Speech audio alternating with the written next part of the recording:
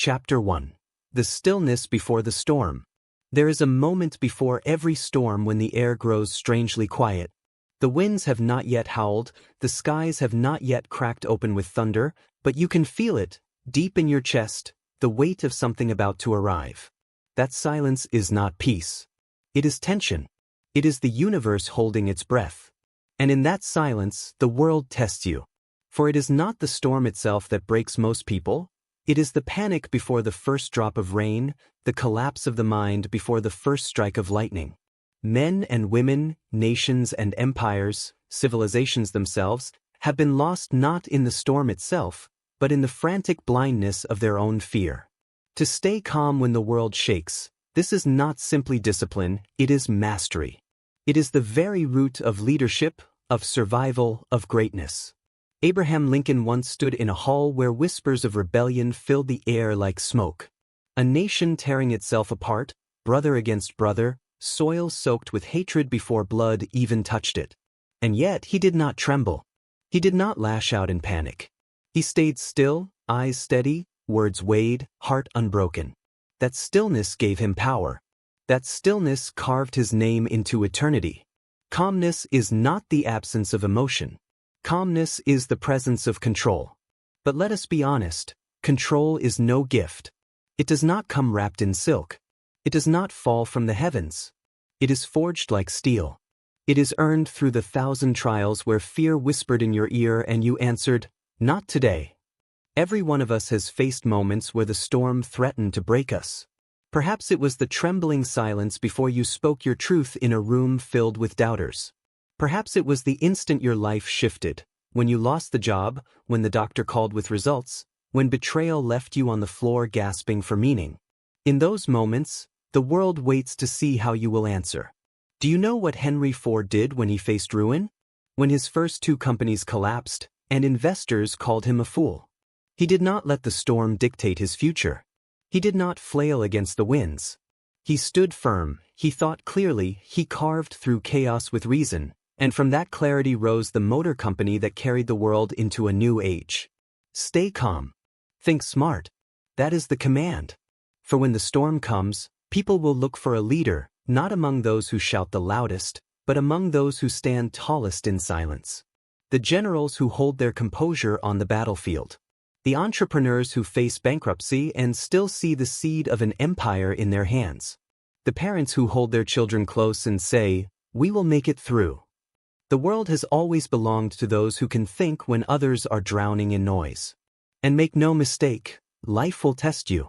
It will not warn you politely. It will not send a letter in the mail announcing its plans. The trial will come disguised as chaos, and you will either be consumed by it, or you will rise above it with a calmness so unshakable that even fate itself pauses to watch you.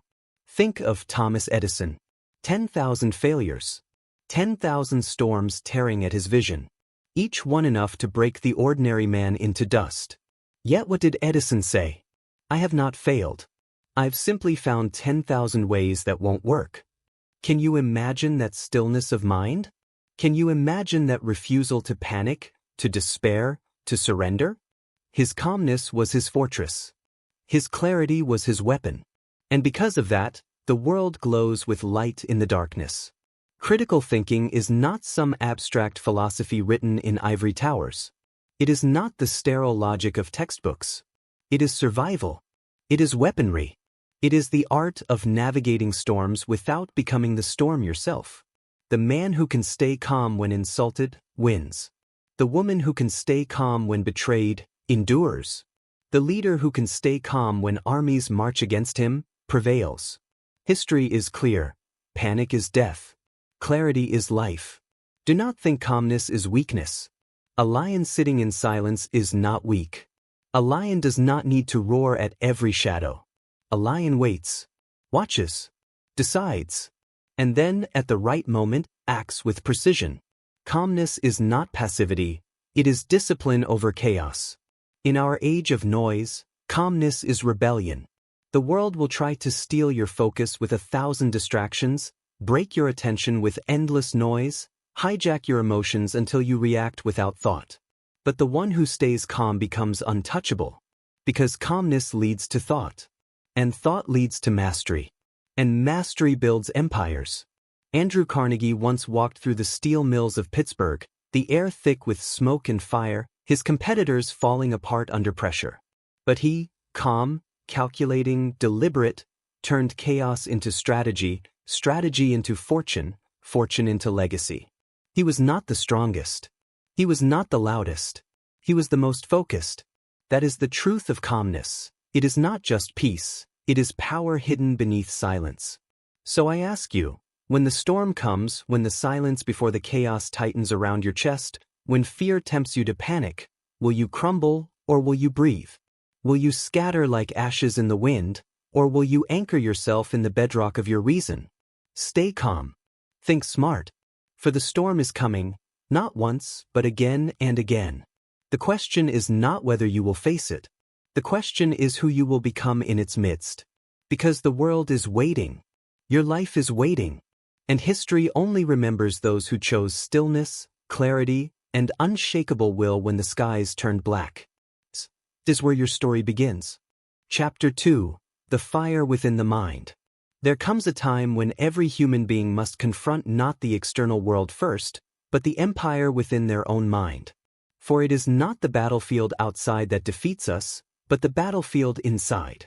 The storms of circumstance, the failures, the betrayals, the unexpected tragedies, they are only sparks, but it is the mind that decides whether those sparks become a wildfire or a guiding flame.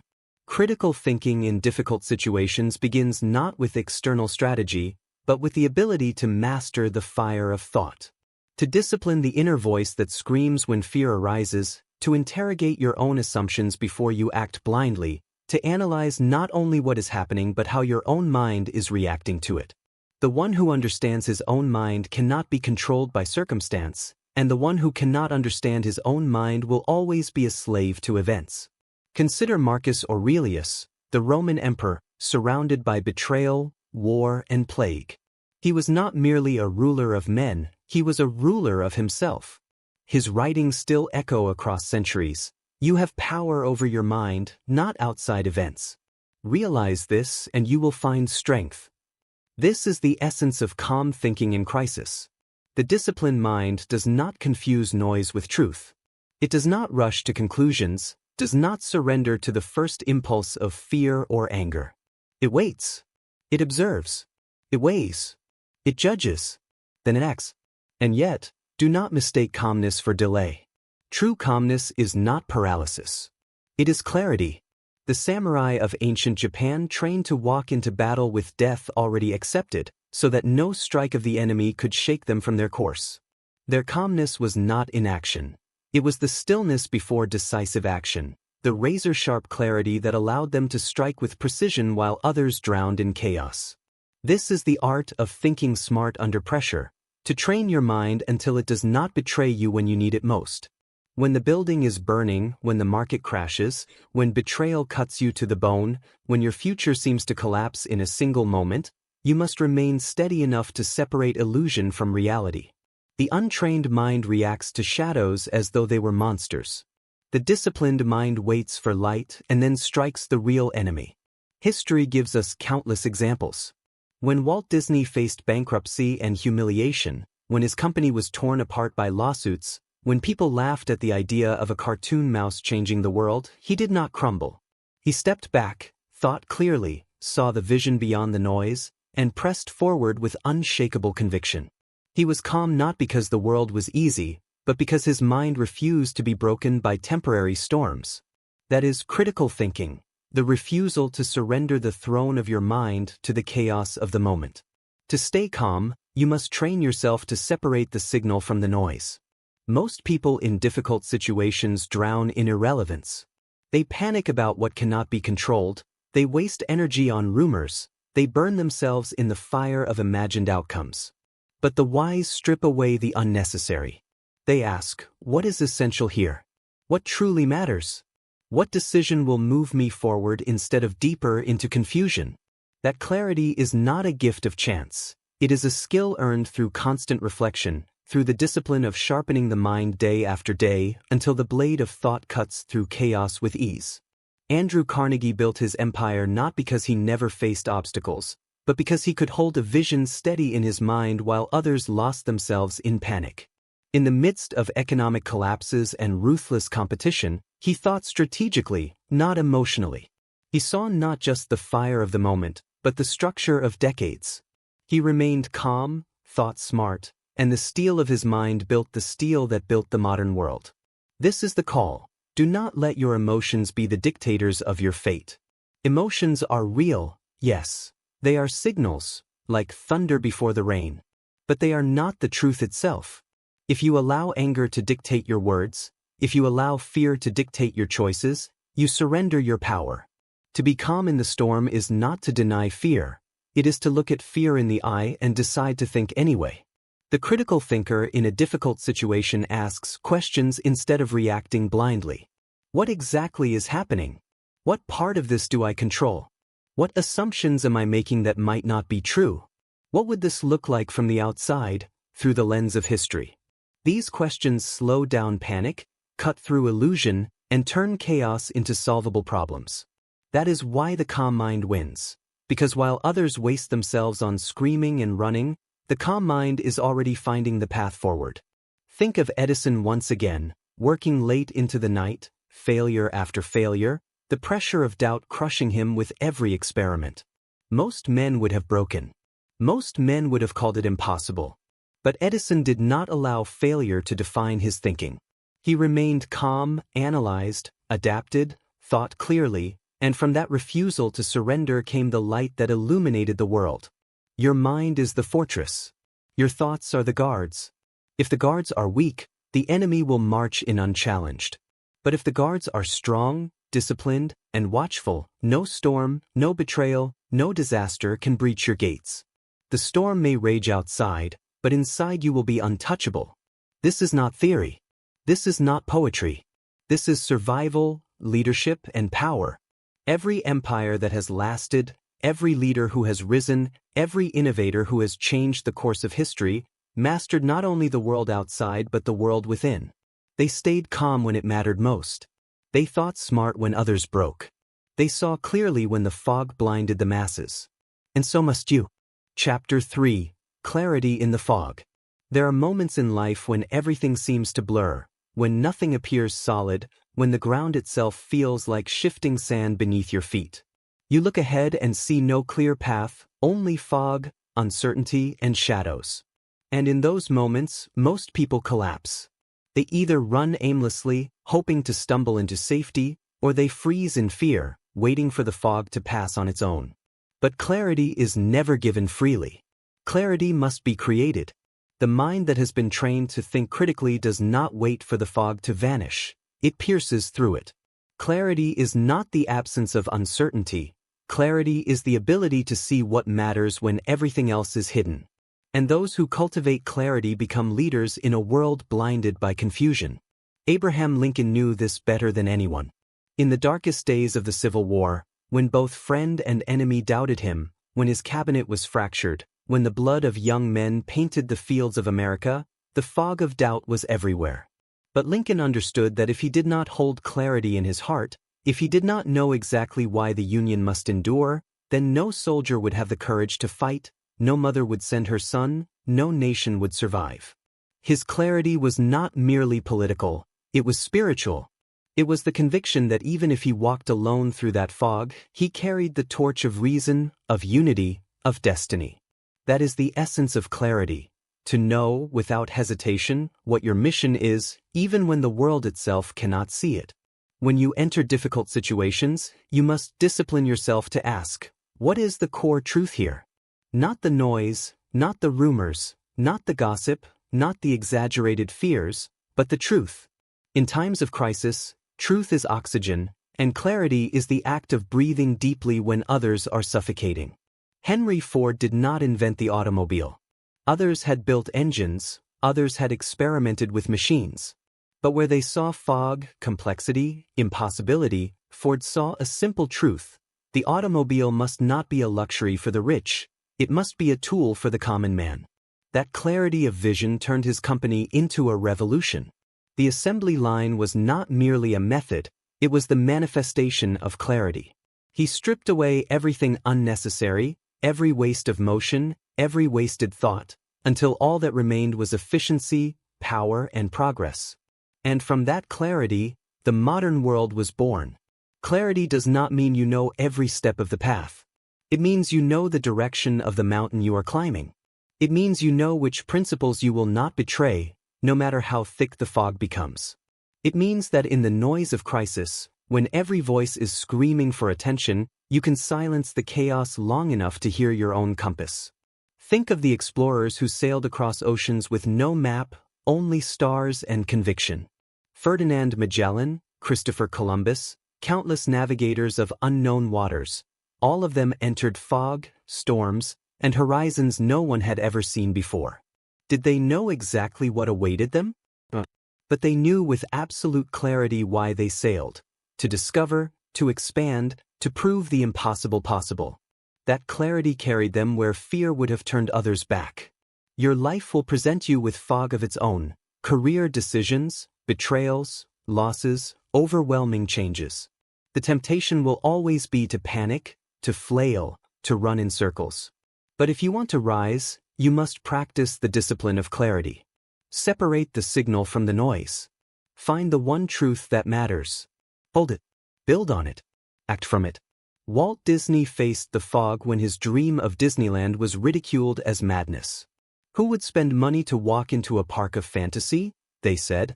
Banks turned him away, critics mocked him, even friends doubted him. But Disney had clarity. He saw children laughing in a place that did not yet exist. He saw families gathering in a kingdom born of imagination. He saw it with such clarity that no fog of doubt, no storm of failure, could take it from him. That clarity built castles. That clarity changed culture forever. Clarity is not about predicting the future. It is about standing so firmly in your vision that no amount of uncertainty can shake your foundation. You will not always know the how, but you must always know the why. When you know why you fight, why you endure, why you refuse to surrender, then the fog becomes irrelevant. You will walk through it step by step until the path reveals itself. In difficult situations, clarity becomes your greatest weapon. Panic blinds you. Fear distorts you. But clarity cuts through the fog like a sword. Clarity does not promise ease, but it promises direction. And when you know your direction, the storm loses its power. Andrew Carnegie, building an empire in an age of ruthless competition, knew his clarity. He was not simply producing steel, he was producing the foundation of civilization. Skyscrapers, bridges, cities, the future itself would stand on the steel he forged.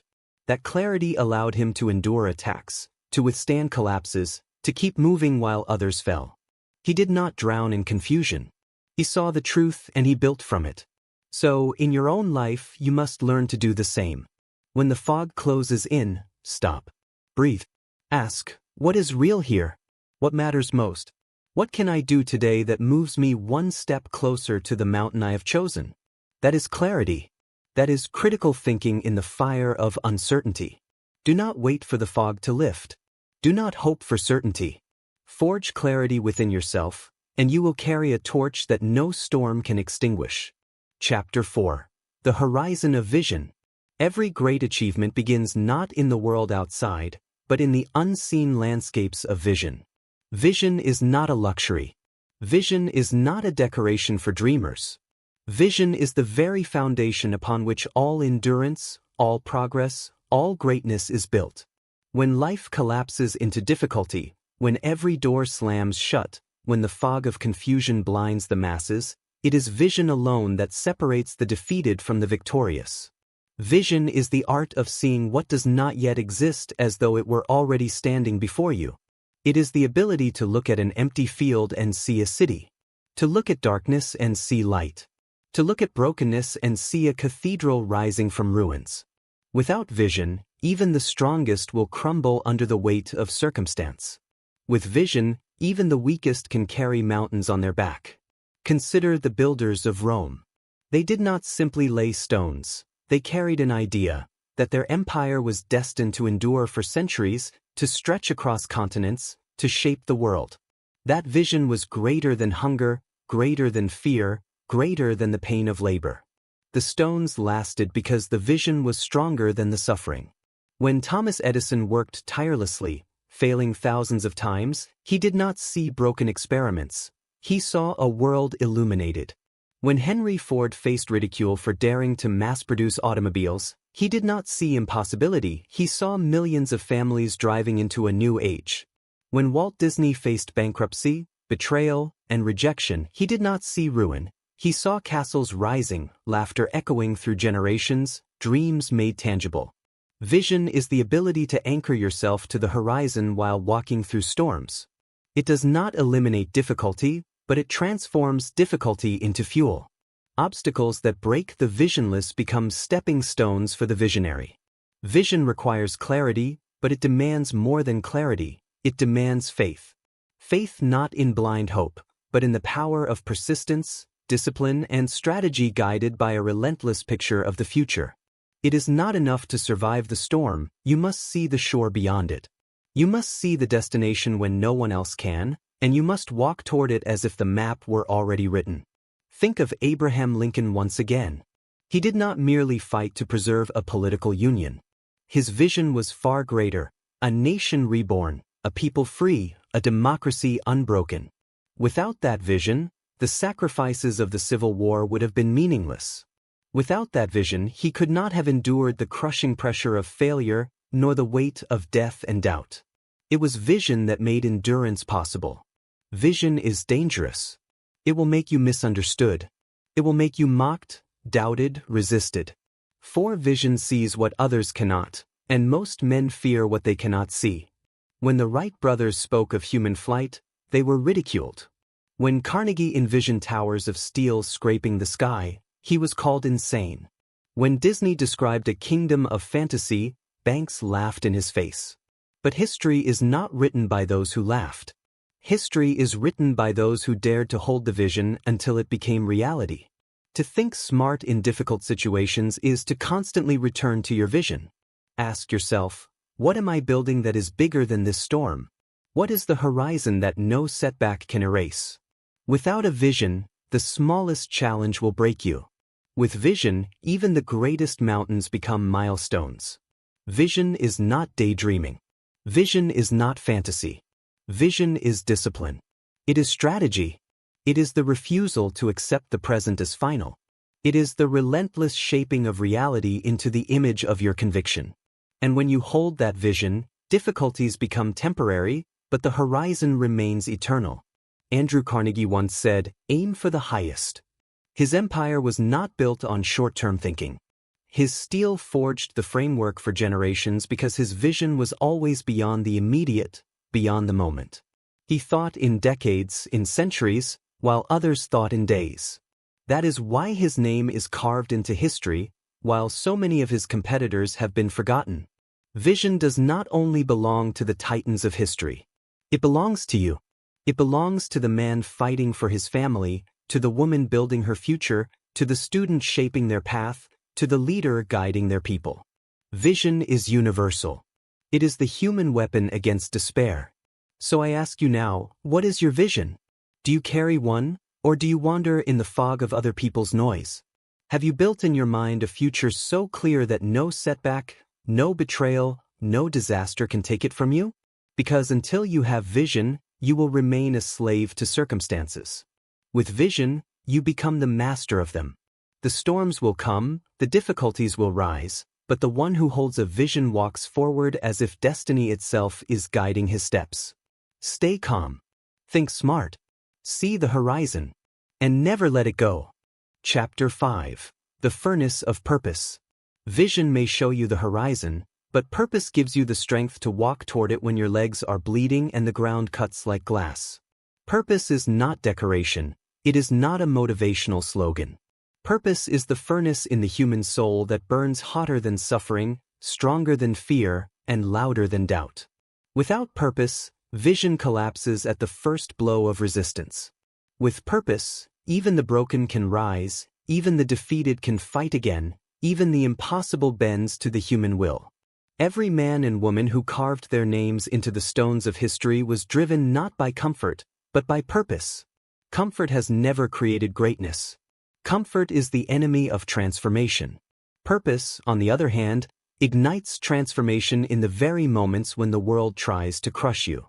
Think of Abraham Lincoln, a man who faced defeat after defeat before ever becoming president. He failed in business. He lost elections. He suffered the death of loved ones. He battled depression that nearly destroyed him. And yet, his purpose, to preserve a nation and to extend freedom to those enslaved, burned so fiercely inside him that no failure could extinguish it. That purpose made him rise again and again until destiny itself had no choice but to yield. Purpose transforms pain into power. Look at Thomas Edison, 10,000 failures in pursuit of the incandescent light. If his purpose had been wealth alone, he would have abandoned his dream long before the breakthrough. But Edison's purpose was illumination itself, to push humanity out of darkness and into light. That furnace of purpose gave him the patience to endure ridicule, exhaustion, and the endless sting of failure. It was not luck that gave us the light bulb. It was purpose forged into persistence. The same truth echoes in Henry Ford. When his early ventures collapsed, when people dismissed him as a reckless tinkerer, his purpose, a car for the great multitude, kept him moving. That statement was more than ambition, it was mission. And because it was mission, it carried him through rejection after rejection until the Model T rolled onto the roads of America and changed the lives of millions. Purpose is the anchor that keeps you steady in the storms of life. Without it, you drift, tossed like a leaf by the winds of circumstance. One moment you chase profit, the next you chase validation, and in the end you have nothing. But with purpose you endure the winds. You do not drift. You move, deliberate and unstoppable, towards something greater than yourself. Walt Disney understood this profoundly. His purpose was not merely to entertain, but to awaken imagination, to give people a world of wonder in times of despair. That purpose was why he endured bankruptcy, betrayal, and rejection. That purpose was why he mortgaged his own future, why he staked everything on a dream others called madness. Without purpose, Disneyland would never have been born. With purpose, the impossible became inevitable. And this is what you must understand. Purpose is not found in the shallow waters of convenience. It is not discovered in the fleeting passions of the moment. Purpose is forged in the depths of struggle, in the trials that strip you bare, in the crucible where you are forced to ask yourself, why do I continue? What is so important that I refuse to surrender, no matter the cost? Your purpose will not always be grand in the eyes of the world. Not every man is meant to build empires or lead nations. But every man and woman is meant to carry a purpose that anchors their soul and guides their actions. It may be to provide for your family with dignity. It may be to heal others with compassion. It may be to create beauty where others see only ashes. Whatever it is, it must be deeper than money, deeper than applause, deeper than temporary gain. For only then will it carry you through the storms. Andrew Carnegie's purpose was not simply profit, it was to create a legacy of opportunity. That is why, after building his empire of steel, he dedicated his wealth to libraries, education, and advancement for generations he would never meet. His purpose extended beyond his life, and because of that, his name still echoes a century later. The man without purpose is fragile. He is shattered by difficulty, seduced by comfort, and enslaved by fear. The man with purpose, however, cannot be broken. He may bend, he may bleed, he may stumble, but he rises again, because the fire inside him is stronger than the storm outside. When you face your most difficult situations, ask yourself not simply, how do I get through this? But, why must I get through this? What greater mission requires that I endure this storm? That question will not only calm your panic, it will give you strength beyond yourself. Purpose is not optional. Purpose is oxygen. Without it, you suffocate in the chaos of existence. With it, you breathe fire into your destiny. So stay calm. Think smart. Find your purpose. And once you find it, hold it like a sword that no enemy can wrestle from your hand. Because in the end, the storms will always come, but a life anchored in purpose will always outlast the storm. Chapter 6: The Iron of Discipline. Purpose may ignite the fire, vision may reveal the horizon, but without discipline, the fire burns out and the horizon fades into a dream never reached. Discipline is the iron that forges greatness. Discipline is the relentless, daily choice to act, not because the path is easy, not because the mood is right, but because the mission demands it. History does not remember those who dreamed without discipline. It remembers those who rose day after day, regardless of doubt, fatigue, or failure, and hammered their vision into existence with the consistency of steel striking steel. Think of Thomas Edison again. 10,000 failed experiments. Do you imagine he woke up every morning in excitement? Many days he must have felt the weight of futility pressing on his chest. But discipline carried him where emotion could not. His laboratory was not built on enthusiasm alone. It was built on discipline, on the quiet, stubborn repetition of action until the world itself yielded to his persistence. Henry Ford, assembling his dream of a car for the masses, did not stumble upon efficiency by chance. The assembly line was the child of discipline, hours upon hours of refinement, testing, rejection, and rebuilding until perfection emerged. Without discipline, the Model T would have remained an idea. With discipline, it became a revolution. Discipline is the refusal to negotiate with weakness. It is the voice inside that says, "I do not care if you are tired, I do not care if you are afraid, I do not care if you would rather surrender, today we march forward." That voice has carried soldiers through war, inventors through endless failure, leaders through crises that would have destroyed lesser souls. Abraham Lincoln, exhausted by endless setbacks, did not allow despair to dictate his choices. He remained disciplined in his pursuit of law, politics, and service, until his years of steady labor finally carried him to the highest office of the land. Discipline is not glamorous. It is often quiet, lonely, and uncelebrated, but it builds the foundation upon which destiny is written. Look at Andrew Carnegie. His empire of steel was not built overnight, nor by bursts of inspiration. It was built by discipline, by his relentless attention to efficiency, to reinvestment, to long hours of calculation and labor. Others sought quick wealth. Carnegie sought disciplined mastery, and in time, the world bent to his will. Walt Disney, after facing bankruptcy and betrayal, could have walked away, defeated by circumstance. But day after day, year after year, he returned to the drawing board, to the hard labor of animation, to the meticulous discipline of storytelling. That discipline transformed sketches into kingdoms and imagination into legacy. This is what most people misunderstand. Discipline is freedom. It may feel like chains at first, like restriction, like sacrifice. But in truth, discipline liberates you from the slavery of impulse, from the tyranny of fear, from the weakness of hesitation. The man without discipline is a prisoner of his moods. The man with discipline is the master of his destiny. Critical thinking in difficult situations requires discipline of thought as much as discipline of action. The undisciplined mind leaps to conclusions, fueled by fear or anger. The disciplined mind slows, analyzes, questions, and acts with precision. One builds empires, the other destroys them. Consider the samurai. Their lives were a ritual of discipline. Every strike of the blade, every step, every breath, trained, repeated, refined. Not because they expected an easy path, but because they knew that in the chaos of battle, discipline would be their only salvation. When fear strikes, when panic rises, instinct takes over. And only those who have trained their instincts through discipline will act with clarity instead of collapse.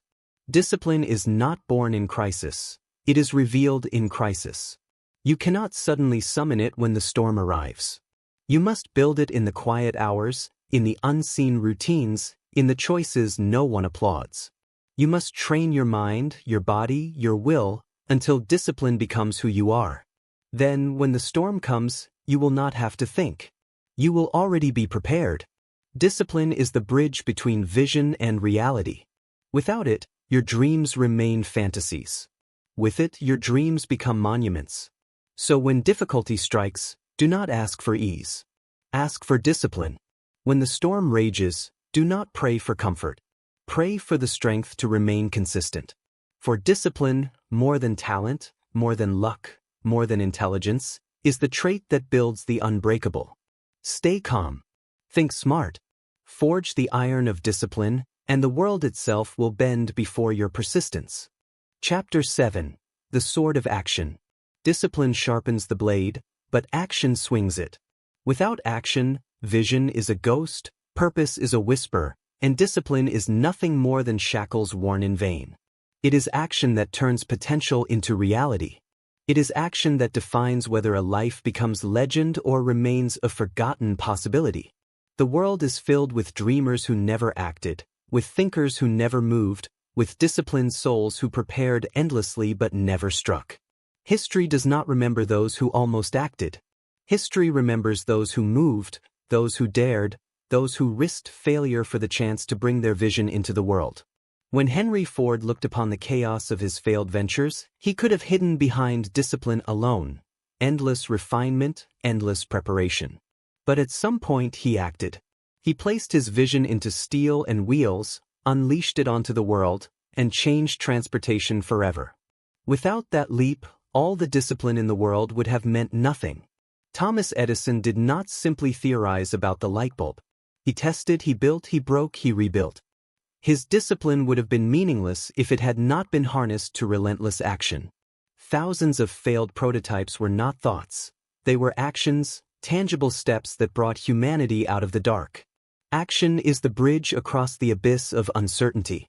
You will never be completely ready. The path will never be fully clear. The storm will never be perfectly calm. At some point, you must step forward, not because you are guaranteed success, but because action itself is the only path toward success. Abraham Lincoln, in his darkest hours, could have been paralyzed by indecision. The Civil War presented 1,000 choices, each one carrying unimaginable consequences. But he acted decisively, boldly, signing the Emancipation Proclamation, knowing it would fracture the nation even further before it healed. That act, dangerous and uncertain, became one of the defining steps in the rebirth of America. Walt Disney faced the sneers of bankers, the collapse of businesses, the betrayal of partners. He could have waited endlessly, refining his sketches, perfecting his scripts. But he acted. He launched films when the market doubted him. He built Disneyland when even his own board questioned him.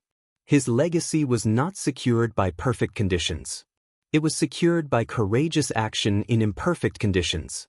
Action is the antidote to fear. Fear thrives in inaction. Fear multiplies in hesitation. The longer you wait, the stronger fear becomes. But the moment you act, fear weakens, because action gives form to what was once only shadow. Andrew Carnegie, confronted with rivals more ruthless, markets more unstable, could have drowned in calculation. But he acted, investing boldly, expanding strategically, seizing opportunities while others hesitated. His empire was not the product of hesitation. It was the product of decisive action aligned with vision and purpose. Critical thinking in difficult situations is not about paralysis by analysis. It is about clarity leading to decisive steps. The greatest generals in history knew this truth. Napoleon, Caesar, Alexander, they did not wait for certainty. They acted with the best knowledge they had, understanding that hesitation would cost more than a flawed decision. You must adopt the same mindset. Action does not require perfection. Action requires courage. Action requires movement. And in movement, you learn, you adapt, you strengthen. No one perfects the plan before the battle. The plan is perfected through the battle itself. The samurai lived by this principle. They did not wait for flawless opportunities. They acted in the moment, with the training and discipline already forged within them. Their honor was not found in endless preparation, but in decisive action when the sword was drawn. In your own storms, you must do the same. Do not wait for fear to vanish. It will not. Do not wait for certainty. It will never come. Act anyway. Step forward. Make the call. Launch the project. Speak the truth. Because movement itself will create the path that hesitation cannot. Action is not always dramatic. Sometimes it is quiet, almost invisible. rising before dawn to work while others sleep, making the difficult decision to say no when temptation whispers, taking one more step when exhaustion begs you to stop. These small actions, repeated, build the architecture of greatness. But in every case, action is the turning point. The disciplined mind prepares the soldier. The vision points the way. The purpose fuels the fire. But only action wins the war. Stay calm. Think smart. And when the moment comes, act. Do not wait for permission. Do not beg for certainty. Strike, and let the world reshape itself around your courage. Chapter 8. The Power of Gratitude.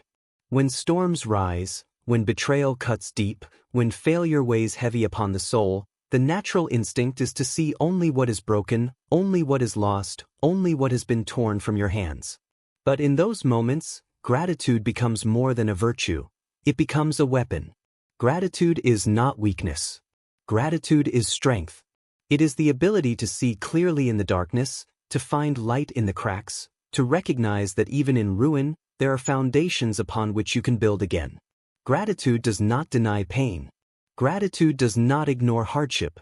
Gratitude is the art of refusing to let hardship blind you to the resources, the lessons, the opportunities still within your reach. It is the refusal to bow to despair. And in that refusal, it becomes fuel for resilience. Consider Abraham Lincoln once again. His life was a catalogue of sorrow, poverty, loss of children, endless defeat before the presidency, and the unimaginable burden of leading a divided nation through civil war. Yet Lincoln never surrendered to bitterness. In his writings, you find gratitude for the people who supported him, for the chance to serve, even for the lessons in his failures. That gratitude did not erase his suffering, but it gave him the strength to endure it. Thomas Edison could have cursed his failures. 10,000 attempts would break the spirit of almost any man. But Edison did not see failure as theft, he saw it as discovery. He was grateful for each result, even if it was not the one he wanted. Gratitude transformed setbacks into progress, despair into patience. That attitude is why he could keep moving when others quit. Henry Ford, when ridiculed for his vision of an affordable automobile, could have focused on the mockery. But he chose instead to be grateful for the small victories, the prototypes that worked, the investors who believed, the lessons hidden inside rejection. That gratitude kept him moving long enough to create a revolution in transportation. Gratitude sharpens critical thinking because it clears the fog of negativity. When panic rises, the mind narrows, sees only threat, only disaster. Gratitude expands the view. It forces you to ask, what remains in my hands? What resources have I not lost? What lessons has this storm given me that I could never have learned in calm seas? That perspective is not naive, it is strategic. It prevents blindness. It opens the path forward. Andrew Carnegie, rising from poverty as a boy working in the steel mills, never forgot his gratitude for knowledge. Every book borrowed, every opportunity to learn, became treasure to him. That gratitude fueled his climb from obscurity to empire. And even in his wealth, gratitude guided him to give back, to build libraries, to open doors for others. Gratitude transformed his legacy from steel alone into something greater, an inheritance of opportunity. Walt Disney, beaten down by failure, bankruptcy, and betrayal, could have drowned in bitterness. Instead, he remained grateful for the gift of imagination, for the ability to create worlds no one else could see. That gratitude kept his creativity alive when logic said it should have died. And because he held on to that spark, the world gained castles, kingdoms, and dreams that endure to this day. Gratitude is not soft, it is iron wrapped in light. It does not deny suffering, it defies it. It says, yes, I have lost, but I have not lost everything. Yes, I am wounded, but I am not defeated. Yes, this storm is strong, but I still have reasons to fight, to rise, to move forward. Critical thinking demands gratitude because gratitude is clarity. Without it, you exaggerate the storm until it feels bigger than it is. With it, you anchor yourself in reality, reminding yourself of the tools still in your possession. Gratitude turns scarcity into resourcefulness, chaos into perspective. The Stoics of ancient Rome knew this truth well. Marcus Aurelius wrote in his Meditations about giving thanks for every breath, every sunrise, every opportunity to live in accordance with virtue, even amidst plague and war. Gratitude did not make him passive, it made him indestructible. And so it is with you. When you face your darkest hours, train your mind to ask, what can I still be grateful for? It may be small. It may be overlooked. But it will be enough to remind you that you are not powerless. It will be enough to keep your heart alive while others surrender. And from that small ember of gratitude, you can reignite the fire of persistence. Gratitude does not end the storm, but it keeps you standing in the rain, unbroken, until the skies clear. And when they do, you will be stronger, wiser, sharper, not because the storm spared you, but because gratitude carried you through it. Stay calm. Think smart. Be grateful, not as sentiment, but as strength. Because gratitude, in the midst of difficulty, is the seed of resilience, and resilience is the foundation of victory. Chapter 9.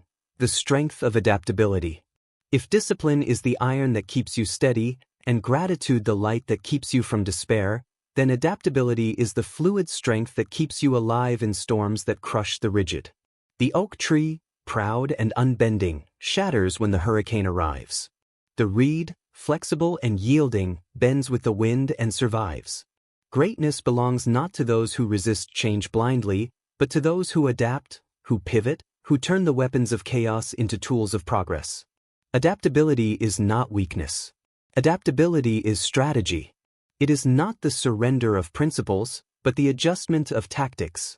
It is the wisdom to know that while purpose and vision remain unshakable, the path toward them may twist, may change, may demand reinvention again and again. Thomas Edison knew this truth. His thousands of failed experiments were not evidence of stubborn rigidity, they were proof of adaptability. Every failure was a lesson, every mistake an adjustment, every misstep a refinement. He was not repeating blindly, he was adapting constantly, until invention itself bowed to his persistence. Henry Ford, after perfecting the Model T, nearly fell victim to his own rigidity. For years, he resisted change, refusing to adapt the design, ignoring the rising demands for variety and innovation. His company stumbled, nearly undone by his pride. And yet, when he finally embraced adaptability, expanding models, embracing new ideas, he preserved his empire. The lesson is clear. Adaptability is not optional. The moment you resist change, you invite extinction. Andrew Carnegie understood this well. He built his fortune not by clinging to the methods of yesterday, but by adapting to every advance in technology, every shift in demand, every opportunity to refine efficiency. Steel was not merely his product, adaptability was his true weapon.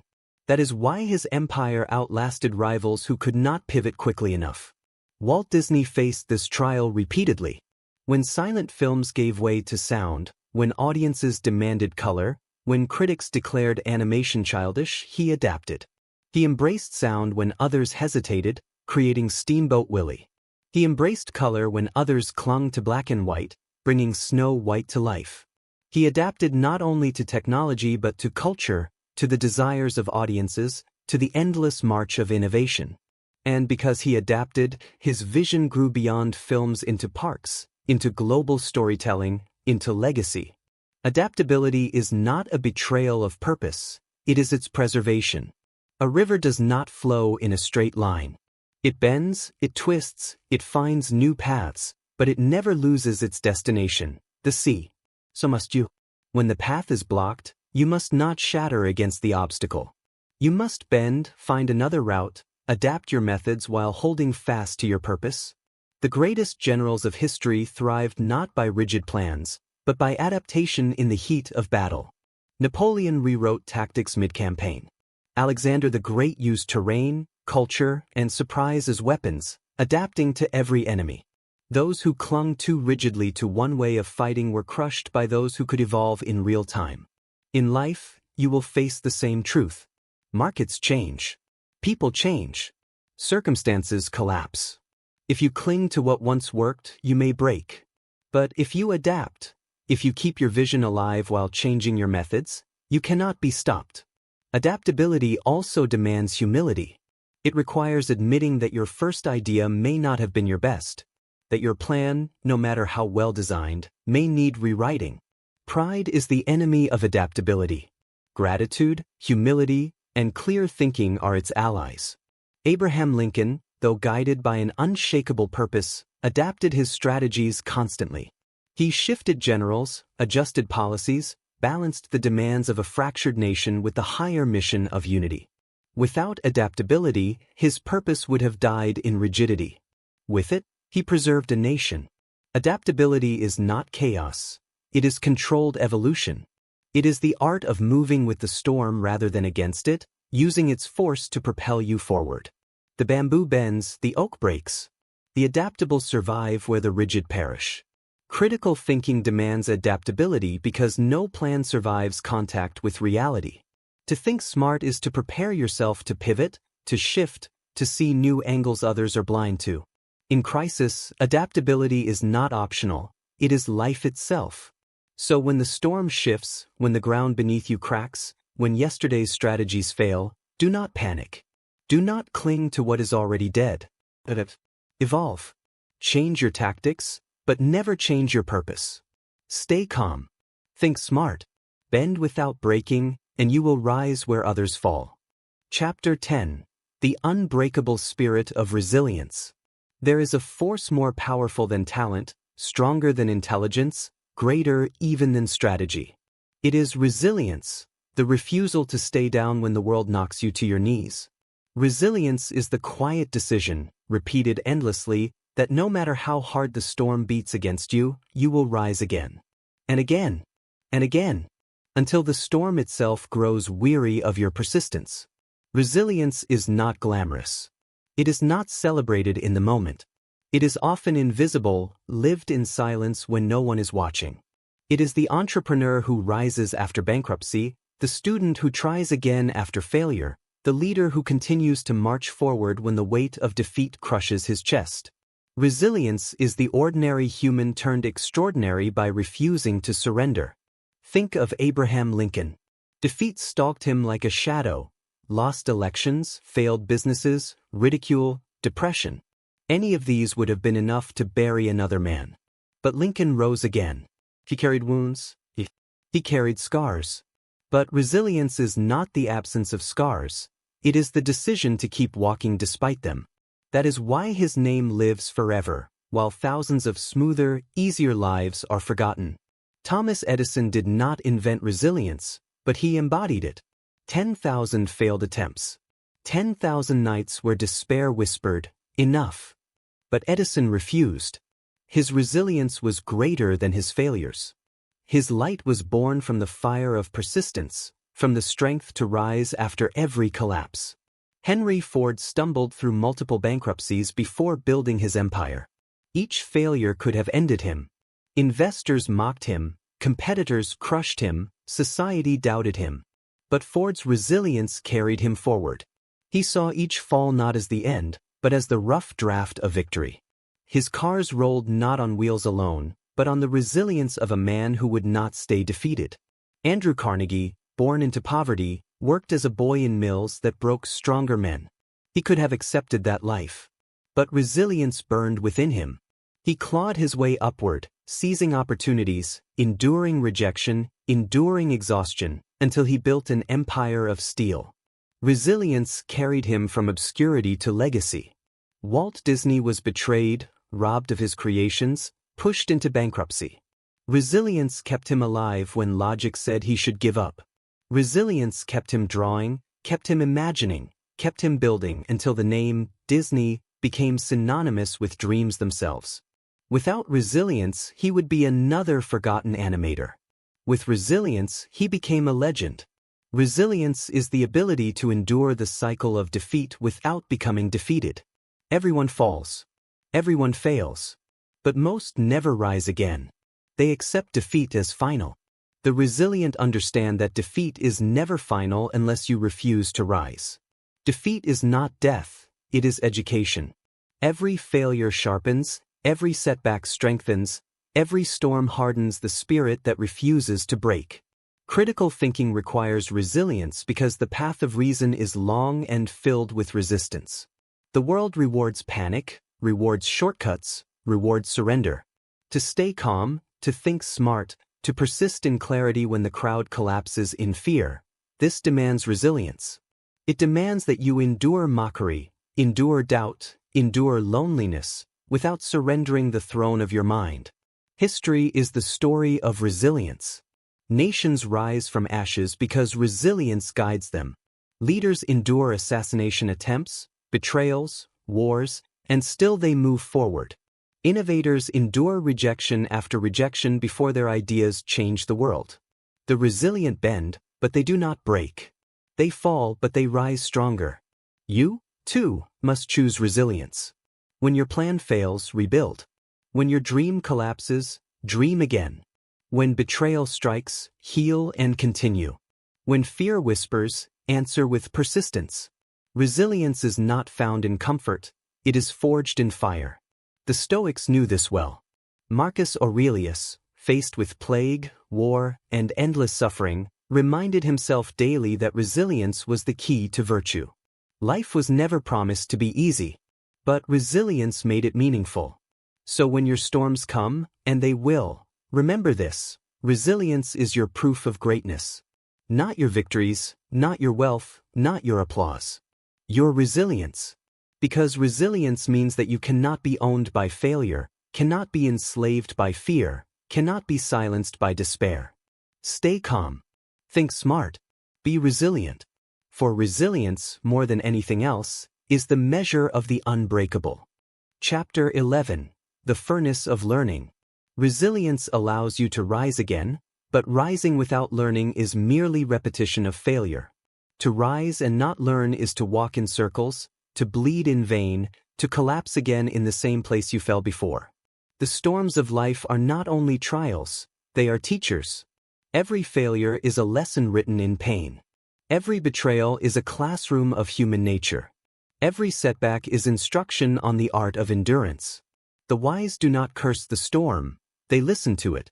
They extract wisdom from it, and in doing so, they turn the very forces meant to break them into the architects of their destiny.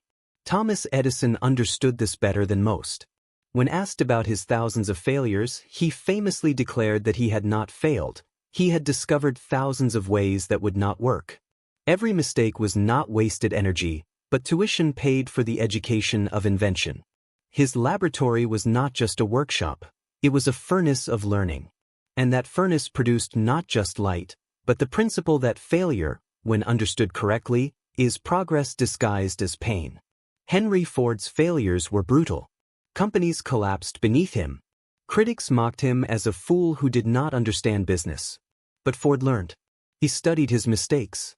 He saw where others had manipulated him, where his pride had blinded him, where his planning had fallen short. Each failure became a manual, each setback a teacher. And when he finally succeeded, it was not in spite of his failures. It was because of them. Abraham Lincoln's education was written in defeat. His path to the presidency was marked by failure after failure. Failed elections, failed ventures, even personal tragedy. But he learned from each one. He learned patience. He learned strategy. He learned how to endure ridicule, how to balance enemies, how to speak not only with passion but with precision. His failures were not wasted. They were the foundation upon which his greatness stood. Andrew Carnegie, who began as a poor boy in the steel mills, did not simply stumble into fortune. He observed, he absorbed, he studied relentlessly. Every shift in technology, every change in industry, every lesson hidden in mistakes became ammunition for his ascent. He was not only a man of steel, he was a man of learning. Walt Disney, betrayed, robbed of his early characters, driven into bankruptcy, did not let bitterness consume him. He learned. He learned about contracts, about ownership, about protecting his ideas. He learned that failure was not fatal if it was studied. Those lessons became the foundation of an empire built not only on imagination, but on the hard-won wisdom of pain. Learning is the critical pivot that separates the resilient from the wise. Resilience will keep you standing, but learning will make sure you do not stumble in the same place again. To learn is to sharpen your weapons after each battle, to build new armor after every wound, to refine your strategy with every mistake. The unteachable repeat their suffering endlessly. The teachable transforms suffering into strength. The Stoics understood this deeply. Marcus Aurelius wrote not merely about enduring hardship, but about learning from it, asking what each difficulty revealed about himself, about others, about the nature of life itself. To him, every hardship was a tutor, and every day of struggle was an education in virtue. Critical thinking in difficult situations is impossible without learning. You cannot think smart if you refuse to learn. You cannot make better decisions if you are too proud to examine your mistakes. Pride blinds, humility learns. And humility is the beginning of wisdom. Look at the generals of history. The great ones, Alexander, Caesar, Napoleon, did not win every battle. They lost. They bled. They stumbled. But they learned. They adapted their strategies, studied their enemies, adjusted their methods. Their greatness was not the absence of defeat, but the ability to transform defeat into wisdom, and wisdom into victory. And so it must be with you. Do not waste your storms. Do not waste your failures. They are not punishments. They are lessons disguised as suffering. They are books written in scars, and those scars are worth more than any smooth, untested success. Every time life breaks you ask, what have I been taught? What truth is hidden in this pain? What wisdom will this give me if I am willing to see it? The world is filled with men who suffered, but few who learned. Pain alone does not transform you. Reflection does. Study does. Humility does. Think of Edison once more. His greatness was not simply his genius. It was his willingness to learn from failure without resentment, to see every mistake as an ally instead of an enemy. That attitude is what lit the world. Learning is the quiet strength behind every giant. The ability to be humbled, to be corrected, to be improved. Without it, your resilience will make you stubborn, but not wise. With it, your resilience will make you unstoppable. So when the storm knocks you down, rise with resilience, but do not stop there. Study your wounds. Reflect on your losses. Extract the lessons from your pain. For if you do, you will rise not only stronger, but smarter. And in time, the storms themselves will become your teachers, and every defeat will become the foundation of victory. Stay calm. Think smart. Learn endlessly. Because learning is the fire that transforms scars into strength, wounds into wisdom, and storms into stepping stones toward greatness. Chapter 12. The Crucible of Decision. There comes a point in every storm, in every trial, when all preparation, all vision, all purpose and discipline, all resilience and learning converge into a single demand: decide. You cannot postpone forever. You cannot analyze endlessly. You cannot wait for perfect conditions because they will never come. At some moment, the fog will not lift, the storm will not calm, and yet the weight of destiny will press upon your shoulders, commanding you to choose. Decision-making under pressure is not a luxury. It is the crucible in which leaders are revealed and cowards exposed. The history of humanity is nothing more than the sum of decisions made under impossible circumstances. Some decisions forged empires. Others destroyed them. But in every case, destiny moved forward because someone dared to decide. Think of Abraham Lincoln again. In the middle of a fractured nation, he faced a decision no leader before him had carried: preserve the Union at all costs, or allow it to fracture and bleed to death. Every advisor, every general, every voice around him carried conflicting strategies, each with monumental consequences. And yet Lincoln decided. He issued the Emancipation Proclamation, fully aware that it would inflame the war, deepen the conflict, and yet also align the struggle with a moral purpose that would outlast him. That decision, made under unbearable pressure, reshaped not only America, but the moral trajectory of human history. Decision-making under pressure is the art of balancing reason and courage. It is not reckless impulse, nor paralyzing hesitation. It is the calm calculation of a disciplined mind that has learned to trust itself, that has studied the lessons of failure, that has forged resilience, and then, when the moment comes, leaps without looking back. Thomas Edison faced such moments continually. Imagine the weight of choosing whether to abandon a failing invention after thousands of attempts. Each decision carried the potential cost of wasted years, wasted resources, wasted life. Yet he did not freeze. He chose. Again and again he decided to continue, to refine, to test once more. Those choices, accumulated like bricks, built the light that changed civilization.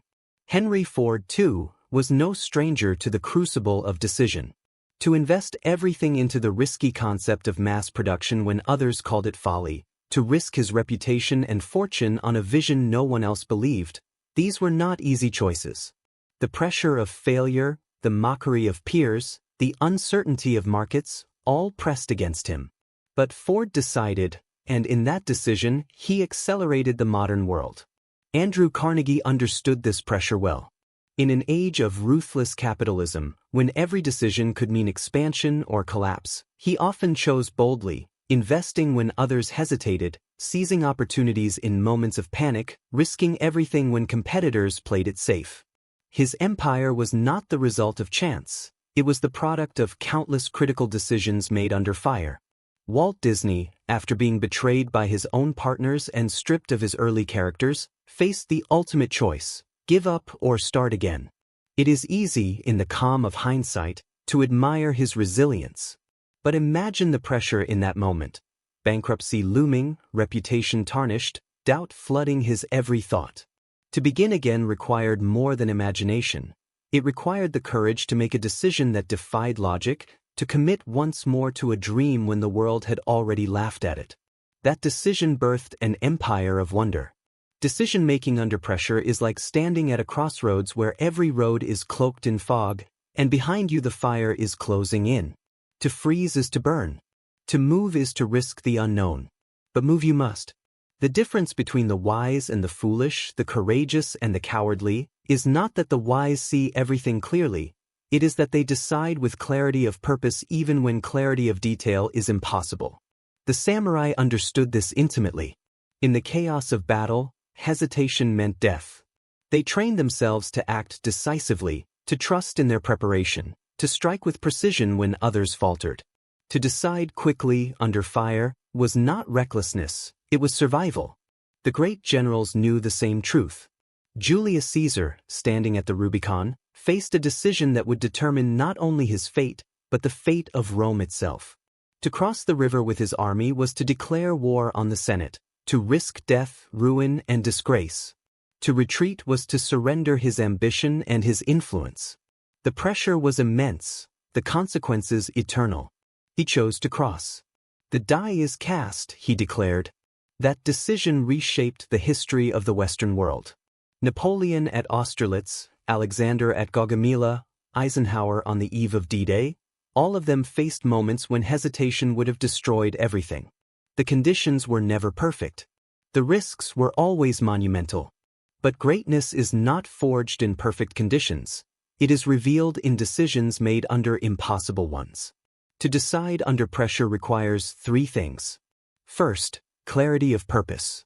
You must know why you are acting, even if you do not know exactly how it will end.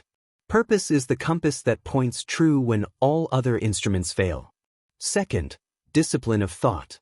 You must train your mind to separate signal from noise, truth from illusion, so that you do not act on panic but on reason. Third, courage. For no matter how clear your purpose, no matter how disciplined your thinking, at some point, you must leap into the unknown. That leap always requires courage. And this is where most fail. They wait too long. They want more certainty. They want more guarantees. But certainty never comes. Guarantees never arrive. The storm never waits. And so they hesitate until the decision is made for them by circumstance, by fear, by the will of others. That is not decision, that is surrender. Critical thinking is not paralysis. It is not endless analysis. It is the art of knowing when to stop thinking and start acting. The disciplined mind gathers facts, weighs them, reflects, but then decides. Because indecision is the slowest form of death. You too will face such moments. Decisions that carry weight, decisions that define not just your day, but your destiny. You will not have perfect information. You will not have perfect clarity. You will not have perfect timing. But you must decide. Because your future will not wait for your fear to fade. Remember this, history does not reward hesitation. It rewards decisive courage. So when the storm presses upon you, when every option seems dangerous, when every path seems uncertain, breathe. Stay calm. Think smart. Hold to your purpose. Then decide. Even if you stumble, even if you fall, the act of choosing will teach you, will sharpen you, will move you forward. But hesitation will only chain you to defeat. Decisions made under pressure shape empires, define leaders, and carve legacies. Make yours with clarity, with courage, with conviction. For in the crucible of decision, you do not simply shape the future, you shape yourself. Chapter 13. The Throne of Self-Control. There is a kingdom that every man and woman must rule before they can ever hope to influence the world outside, the kingdom of the self. Within this kingdom rise tempests of anger, storms of fear, floods of desire, and the relentless whispers of impatience. Most people are conquered by their own kingdom long before they ever face an external enemy. They may dream of empires, but they cannot control their own emotions. They may desire greatness, but they are slaves to impulse. And a slave to impulse can never be free enough to lead, to build, or to endure. Self-control is the throne upon which all greatness rests. Without it, vision collapses into fantasy, purpose is hijacked by distraction, discipline is destroyed by temptation, and decision-making is corrupted by impulse. But with it, when a man or woman can sit firmly upon the throne of their own inner kingdom, they become unshakable no matter what storms rage around them. Consider Marcus Aurelius, Emperor of Rome. He commanded vast armies, governed millions, and yet he knew the greatest battle was within. His meditations are not chronicles of conquest, but reminders to himself: control your anger. Control your grief. Control your desire for praise. He understood that an emperor who cannot rule himself is no emperor at all. His strength was not only in his armies but in his ability to remain calm while Rome shook, to govern not only a nation but his own soul. Think of Abraham Lincoln again. Under the crushing weight of civil war, he faced insults, betrayals, and attacks from every side. Newspapers mocked him, rivals undermined him, generals disobeyed him. And yet he did not lash out blindly. He controlled his anger, measured his words, and chose his battles with precision. His self-control gave him dignity, his dignity gave him authority, and his authority gave him power to hold a fractured nation together. Contrast this with leaders undone by lack of self-control. Napoleon, brilliant and unstoppable for years, fell not first to foreign armies but to his inability to master ambition. His hunger for conquest consumed him until it carried him into Russia's winter, into ruin. Julius Caesar, for all his genius, could not restrain his desire for absolute power. His lack of self-control ignited daggers in the Senate. Alexander the Great, conqueror of nations, could not conquer his own appetites. His drinking, his reckless bursts of anger. His life burned bright, but short, extinguished by his inability to govern himself. History is clear. The absence of self-control, no matter how great the talent, always ends in destruction. Thomas Edison embodied self-control in his unyielding patience. 10,000 failed experiments would have broken the impulsive man, driven him to anger, despair, or reckless shortcuts. But Edison controlled the storm within. He channeled frustration into curiosity, turned impatience into persistence, and thus carved invention out of chaos. His self-control was the silent partner to his genius. Henry Ford, too, had to learn this lesson. His stubbornness nearly destroyed his company when he refused to adapt. His pride made him blind. But as he grew, he learned to control those impulses, to temper ego with practicality, and his empire endured. Andrew Carnegie, ruthless in his ambition, still understood the value of restraint. He once said, "The man who acquires the ability to take full possession of his own mind may take possession of anything else to which he is justly entitled." He knew the empire of steel he built was only possible because he first ruled the steel within himself. His patience, his focus, his drive, carefully controlled. Walt Disney, betrayed and mocked, could have surrendered to bitterness. He could have lashed out, abandoned his vision, drowned in anger. But he chose self-control. He poured his emotions into creation instead of destruction. He turned pain into imagination, anger into drive, and betrayal into renewed vision. His legacy stands today as proof of the power of mastering oneself. Self-control is not repression. It is not the denial of emotions. It is governance. It is the ability to feel fully, yet act wisely. The samurai felt fear, but they did not let fear dictate their sword. The Stoics felt grief, but they did not let grief destroy their reason. The disciplined warrior, the disciplined thinker, does not kill his emotions. He harnesses them, channels them, makes them servants instead of masters. Imagine a storm at sea. The waves are violent, the winds fierce, the ship groans under pressure. Most captains panic, pull the wheel in every direction, or abandon control altogether. The wise captain, the captain with self-control, holds steady. He cannot silence the storm, but he can control his hands, his mind, his choices. And in that control, he survives. So it is with life. You cannot silence your storms of anger, fear, grief, or temptation. But you can control how you respond to them. And in that control lies your salvation. Critical thinking under pressure demands self-control, because panic is the enemy of reason. Anger blinds, fear distorts, desire deceives. But the mind under control sees clearly, judges calmly, and acts wisely. Without self-control, even the greatest vision collapses. With self-control, even the smallest plan can grow into greatness. The greatest victories of history were not always battles won against nations, but battles won within. Lincoln controlling despair. Edison mastering impatience. Disney overcoming bitterness.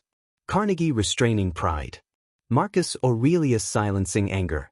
These are the victories that precede all others. And so it must be with you.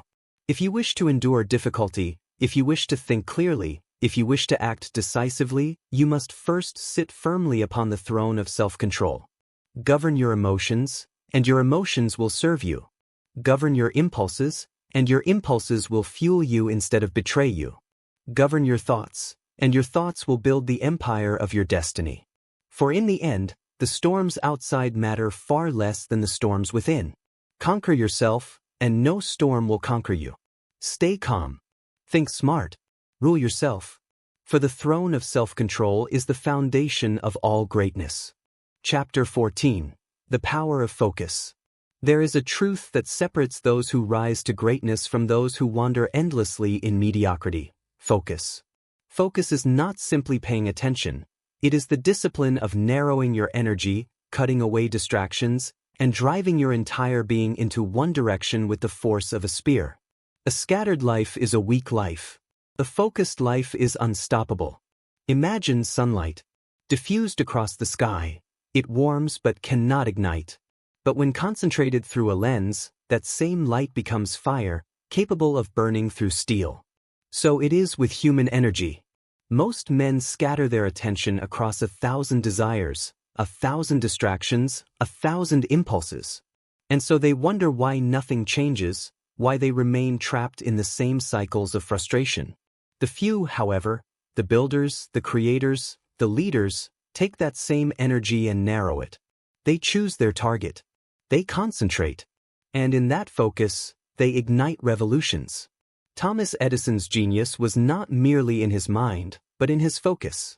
He devoted his life to the pursuit of invention. He did not scatter his attention across trivial pursuits. He poured himself fully into the furnace of creation.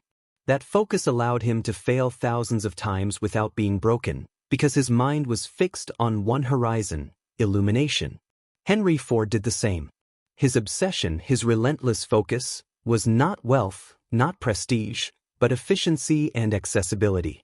He focused on creating a car for the masses, stripping away everything unnecessary until only what mattered remained.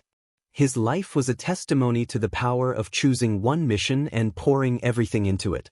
Andrew Carnegie's empire of steel was not built by dabbling. He focused with surgical precision on the steel industry, mastering efficiency, driving innovation, reinvesting endlessly. He did not dilute himself with distractions. His focus was singular, and that singularity forged fortune.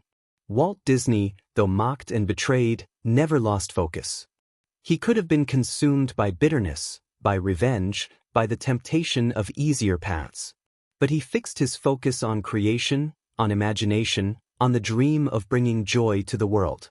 That focus gave birth to characters, stories, and kingdoms that continue to live long after his death. Focus is not simply about what you pursue, it is also about what you refuse. To focus is to say no 1,000 times so that you may say yes once with full force. The man who tries to do everything ends up achieving nothing. The man who focuses on one great mission bends the world to his will. History proves this over and over. Alexander the Great, though young, conquered vast territories because his focus was absolute. His armies moved with purpose, his strategies aimed at clear objectives. In contrast, empires that lost focus, Rome in its decadence, Napoleon in his endless ambition, crumbled under the weight of scattered energy. Focus sharpens critical thinking. In difficult situations, the undisciplined mind scatters. It chases rumors, fears every possibility, drowns in noise. The focused mind, however, cuts through chaos like a blade. It asks, what matters most here? What must be done now? What is the one truth in this storm that everything else revolves around? That clarity of focus makes the difference between collapse and victory. The Stoics spoke of this as well. Marcus Aurelius reminded himself daily to concentrate on the present duty, not to scatter his energy across what was beyond his control. His focus was not on everything but on the few things within his reach. That focus gave him calm amidst war and plague. Focus is also the guardian of time. Time is the most precious currency you have, yet most squander it across endless distractions. Every notification, every temptation, every shallow pursuit bleeds away the hours of your life. But when you focus, when you cut away the noise, silence the unnecessary, and give yourself wholly to one pursuit, time bends. What others cannot accomplish in decades, you achieve in years. Think of the samurai. Their lives were defined by focus. Every strike of the blade, every movement, every ritual, was concentrated practice. They did not scatter themselves across countless disciplines. They focused on mastery. And because of that focus, they were feared, respected, unstoppable. Focus is not merely intensity, it is endurance. Anyone can focus for an hour, a day, even a week. But the greats focus for years, for decades. They hold their vision steady when others abandon theirs. They refuse to dilute their purpose. And over time, that persistence of focus compounds into empires. Consider Edison once more. How many men would have abandoned the light bulb after 100 failures? After 1,000? Yet he kept his focus unbroken. That is why his name endures.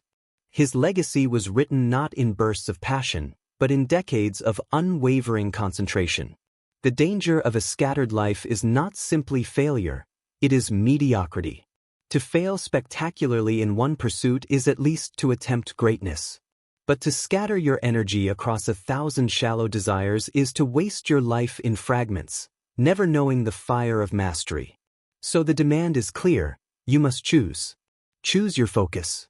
Choose what matters so deeply to you that you are willing to sacrifice comfort, distraction, even temporary pleasures to pursue it with everything you have. Cut away the trivial. Silence the noise. Pour yourself into what matters most. Stay calm. Think smart. And focus.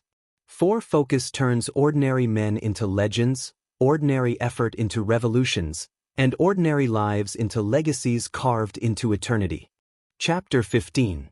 The Silent Power of Patience.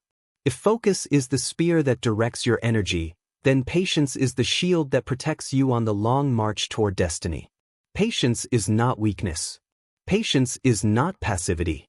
Patience is strength under restraint, power under control, faith stretched across time. The impatient demand fruit before the seed has even broken the soil. The wise plant, water, wait, and harvest when the season is right. History is filled with men and women of brilliance who destroyed themselves not because they lacked vision, not because they lacked courage, but because they lacked patience. They rushed, they forced, they demanded instant results. And like a flame that burns too hot, they consumed themselves before their work could ever mature. Greatness is never built overnight. Empires are not carved in days. Purpose does not ripen in an instant. All things of worth demand the furnace of time. Consider Abraham Lincoln once again. His journey to the presidency was not swift. It was a path of repeated failure, decades of obscurity, years of defeat. He lost elections, lost businesses, lost confidence in the eyes of many. A lesser man would have quit, too impatient to endure. But Lincoln understood that time was not his enemy, it was his ally. Every defeat tempered him, every failure matured him, every delay prepared him. By the time the presidency came to him, he was not the raw, untested man of youth. He was seasoned by patience, shaped by time, ready for the storm no one else could have endured. Thomas Edison's inventions did not emerge in bursts of instant success. His laboratory was a temple of patience. Thousands of failures stretched across years. Thousands of nights spent waiting, refining, testing. He did not demand that the world yield to him instantly. He submitted himself to the rhythm of trial and error, trusting that persistence plus patience would bend reality to his vision. And so it did. Henry Ford, too, was tested in patience. His first two automotive ventures collapsed. Investors abandoned him. Years passed before the idea of a car for the masses became reality. But Ford endured the waiting, the ridicule, the years of delay. His patience was not empty stillness, it was preparation. And when the season was right, he struck with force, and the automobile forever changed human life. Andrew Carnegie rose from poverty not by sudden leaps, but by patient accumulation. He began as a boy in a factory, then as a telegraph messenger, then as an assistant. Every rung of the ladder was slow, methodical, patient. He did not demand riches instantly. He endured the climb, step by step, until his patience, married to ambition, crowned him the Titan of steel. Walt Disney's story may seem like a tale of dreams, but it was a saga of patience. He faced bankruptcy, betrayal, countless rejections. He pitched ideas again and again, each time hearing the same cold answer, no. Yet he waited, he persisted, he refined. He trusted that time would reward imagination if he did not surrender. His patience stretched across decades, and because of it, the world today walks through castles born of his vision. Patience is not idleness. Patience is not silence in the face of injustice, nor apathy in the face of opportunity. Patience is controlled endurance. It is the ability to wait without withering, to hold a vision without rushing it to premature death, to act when the time is right instead of when impulse demands it. The samurai trained for years in silence before ever stepping onto a battlefield. Their patience was not weakness, it was preparation.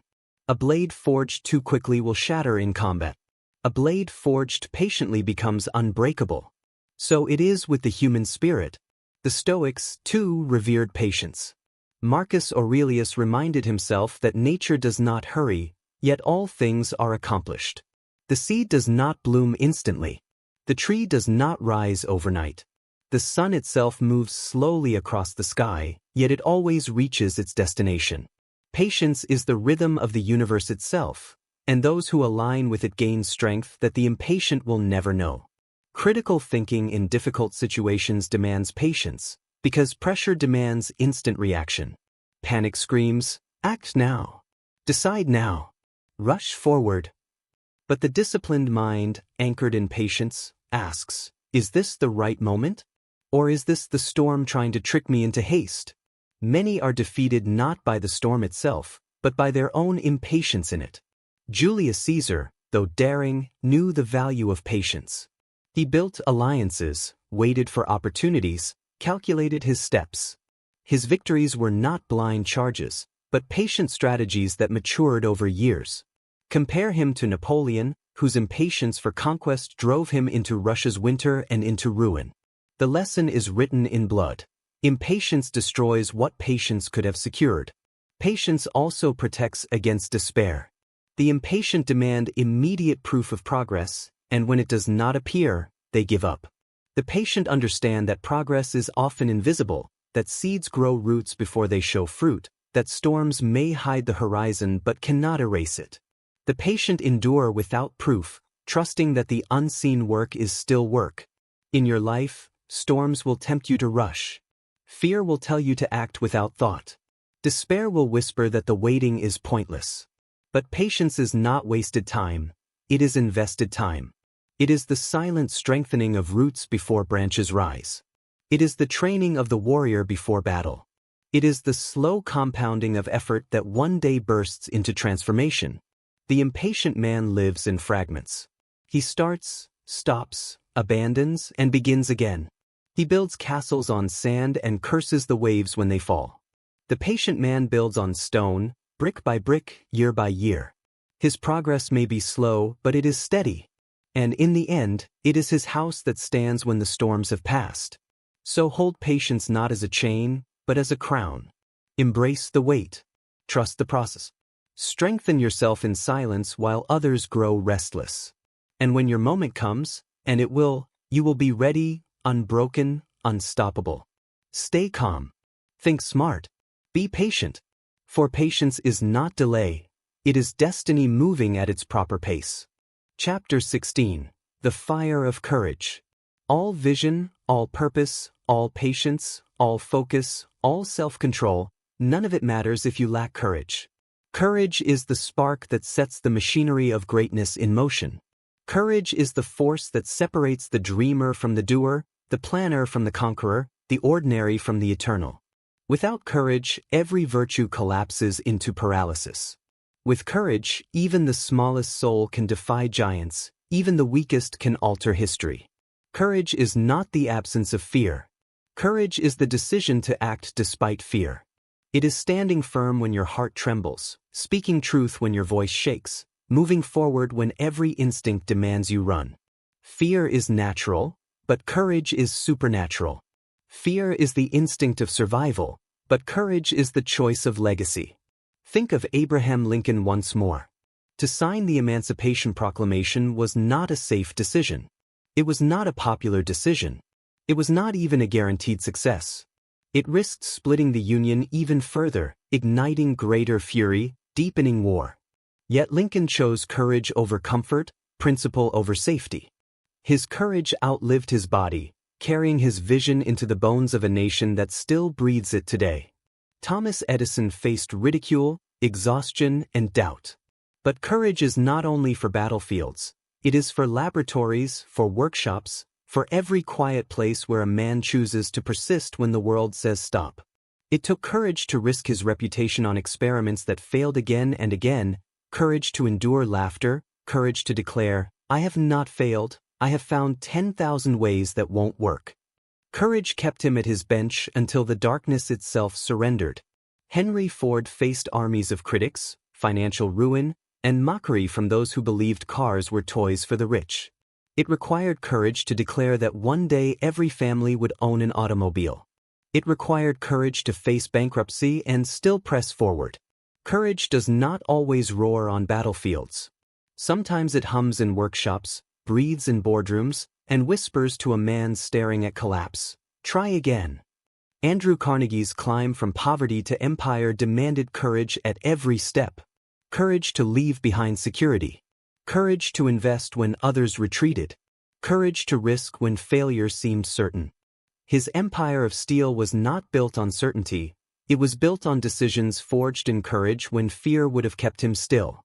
And Walt Disney, what greater example of creative courage? He was betrayed, robbed of his characters, laughed at by bankers who rejected his visions. To build Disneyland, he mortgaged his future, risked everything, endured ridicule. That is courage, to build what only you can see, to invest everything in a dream no one else believes in, to face the storm of doubt and walk through it anyway. Without courage, Disney would have remained an animator among thousands. With courage, he became a creator of worlds. History is nothing if not the story of courage. Julius Caesar crossing the Rubicon, declaring war on the most powerful senate in the world. Alexander charging into battles against armies larger than his own, refusing to retreat. Churchill, standing before his people in the darkest days of World War II, declaring that Britain would never surrender, even as bombs fell from the sky. These moments did not belong to the fearless. They belonged to the courageous, those who felt fear but chose defiance. The Stoics taught that courage was the foundation of virtue.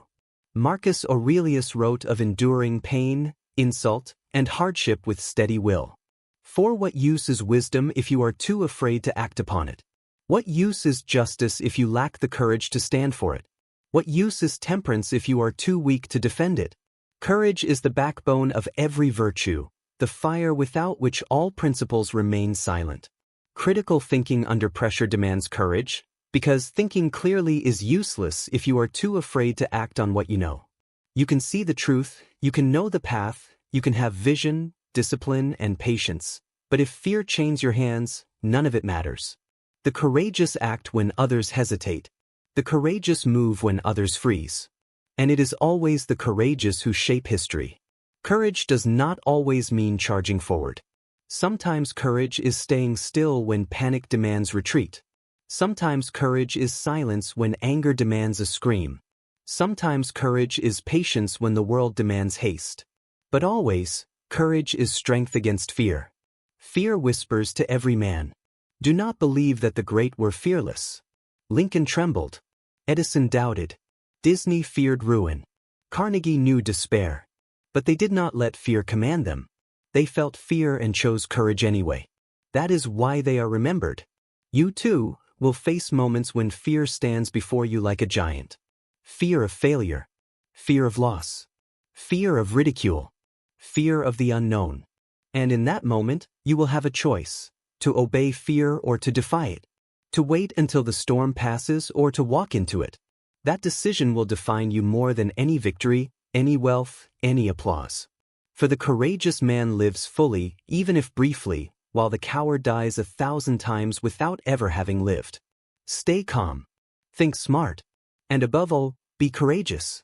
Because courage is the fire that lights the path through darkness, the sword that cuts chains of fear, and the heartbeat of every legacy the world has ever remembered.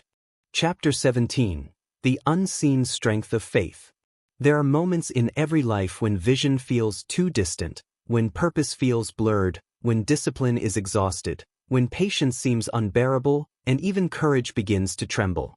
It is in those moments that faith becomes the final anchor, the unseen strength that keeps the human spirit from collapsing into despair. Faith is often misunderstood. It is not blind hope. It is not fantasy. It is not denial of difficulty. Faith is the unshakable conviction that though the road is dark, though the storm is merciless, though the future cannot yet be seen, your steps are not in vain. Faith is the belief that your labor has meaning, even if no fruit has yet appeared. Faith is the fire that continues to burn when every logical reason to continue has been stripped away. Abraham Lincoln carried this kind of faith. Imagine him, sitting in the White House as telegrams reported defeat after defeat, as political enemies tore at him, as even friends doubted his leadership. The Union fractured, blood staining the soil, hope drowning in grief. Reason could have told him that the cause was lost, that unity was impossible, that war was futile. But Lincoln held faith, faith in the endurance of the Republic, faith in the justice of freedom, faith that though he could not see the end, he was walking toward it. That faith carried him through nights darker than any battlefield. Thomas Edison embodied faith in the unseen. Thousands of failures surrounded him, critics mocked him, resources dwindled. By reason alone, he should have surrendered. But Edison believed that light could be brought out of darkness, that persistence would yield discovery, that each attempt was not a grave but a stepping stone. Faith kept his hands steady when doubt pressed against his mind like a storm. Without faith, his patience would have turned to despair. With faith, his failures turned into fuel. Henry Ford, ridiculed for his dream of cars for the masses, faced financial collapse more than once. Logic said to stop. Society said it was foolish. But Ford had faith, not in luck, not in miracles, but in the conviction that his vision was possible, even when evidence screamed otherwise. That faith carried him across the valley of bankruptcy into the dawn of revolution. Andrew Carnegie's rise from poverty was not guaranteed. He began as a boy in a steel mill, his hands blistered, his body weary. By all appearances, he should have remained in the shadows of industry. But Carnegie had faith in the upward path, that hard work, focus, and endurance would lift him beyond his station. Faith gave him the strength to seize opportunities that others missed, to push through seasons when despair would have broken him. Walt Disney may be the clearest example of faith in modern history. He was betrayed by partners, robbed of his creations, mocked by bankers, nearly destroyed by debt. Reason said his dreams were impossible. Courage could carry him only so far before exhaustion set in. But faith kept him alive. Faith in imagination. Faith in creation. Faith that if he gave everything, the world would one day see what only he could see. That faith built castles out of bankruptcy, dreams out of ridicule, kingdoms out of nothing. Faith is what separates those who endure the impossible from those who surrender to it. Reason alone will fail you, because reason can only see what already exists. Courage alone will falter, because courage can still be exhausted by endless storms. Patience alone will grow weary if there is no faith that the waiting has meaning. But when faith enters, everything changes. Faith whispers, keep walking, keep building, keep enduring. The harvest will come, though the field looks barren today. The Stoics spoke of faith in another language, trust in the order of the universe, trust that hardship was not random but purposeful, trust that endurance itself carried meaning. Marcus Aurelius, writing in the midst of plague and war, reminded himself daily that he must trust life, trust reason, trust virtue, even when all around him was chaos. That was faith, not in the absence of storms, but in the meaning of enduring them. History is a monument to faith. The builders of cathedrals worked for decades, even centuries, often dying before their work was finished, yet they labored faithfully, knowing they were part of something larger than themselves. Explorers set sail across oceans they could not see the end of, driven not by certainty but by faith that a shore awaited beyond the horizon. Revolutionaries faced death with the faith that liberty would outlive them. Every great leap in human history began not with proof, but with faith. Critical thinking may sound like the opposite of faith, but in truth, they are allies. Critical thinking clears the fog of illusion, identifies what is real, calculates the risks. But when all is weighed, when no certainty exists, when every outcome is shadowed in doubt, faith is what carries you forward. Faith is not foolishness. Faith is courage stretched across the unknown. Faith is the choice to move when logic says wait forever. You too will need faith. There will be seasons when nothing works, when your plans collapse, when your discipline feels pointless, when your patience feels wasted, when your courage falters. In those moments, faith will be your final weapon. Faith in your vision. Faith in your purpose. Faith in the seeds you have planted, even if the harvest is not yet visible. Faith that your suffering has meaning, that your path has direction, that your life is building something greater than the pain you now endure. Without faith, you will surrender too soon. Without faith, you will abandon the field before the fruit appears. Without faith, you will waste years of labor because you could not endure a little longer. But with faith, you will carry the strength to outlast despair, to rise from ashes, to walk through darkness until light returns. Stay calm. Think smart. Hold faith. For faith is not the denial of storms, it is the power to walk through them. Faith is not blindness, it is sight beyond the horizon. Faith is not weakness, it is the hidden strength that has carried every titan, every leader, every visionary across the impossible into the eternal. Chapter 18. The Relentless Force of Endurance. Courage ignites you. Faith sustains you. But endurance is what carries you to the end. Endurance is the slow fire that refuses to die out, the steady march that refuses to stop, the iron will that refuses to surrender even when everything in you screams for rest. Talent shines for a moment. Passion burns for a season. But endurance outlasts both, and it is endurance that crowns the victor when all others have fallen away. History is not kind to the impatient. It does not remember those who quit at the halfway point. It remembers those who endured. The ones who walked through decades of rejection, decades of failure, decades of ridicule, and still, with bloody feet and weary hands, carried their vision across the finish line. Abraham Lincoln endured humiliation, political obscurity, and crushing grief before destiny ever whispered his name. He endured the ridicule of rivals, the hatred of enemies, the despair of personal tragedy. And when he finally reached the presidency, his endurance was tested further in ways few men have ever known: the death of hundreds of thousands, a nation tearing itself apart. Yet Lincoln endured. He did not abandon his mission. He bore the weight until his body itself was broken by an assassin's bullet. His endurance ensured that freedom survived, that the Union lived. Thomas Edison endured not just the failures of invention, but the fatigue of endless labor, the nights that bled into mornings, the isolation of working while others slept. 10,000 attempts? How many men would have surrendered after 50? After 500? But Edison endured until the light appeared. His endurance was not glamorous. It was not sudden. It was steady, quiet, unyielding, and it lit the world. Henry Ford endured bankruptcy, mockery, betrayal by investors. He endured 1,000 whispers that his vision was madness. Yet he kept building, kept refining, kept pressing forward. And when his assembly line finally roared to life, it was not brilliance alone that made it possible. It was endurance, the refusal to let failure be final. Andrew Carnegie endured years of grinding poverty, endured labor in factories as a boy, endured rejection and ridicule as he clawed his way upward. He could have accepted defeat at any stage. But endurance kept him alive until his moment arrived. And when it did, he seized it with the strength forged by years of unbroken persistence. And Walt Disney endured more than most can imagine.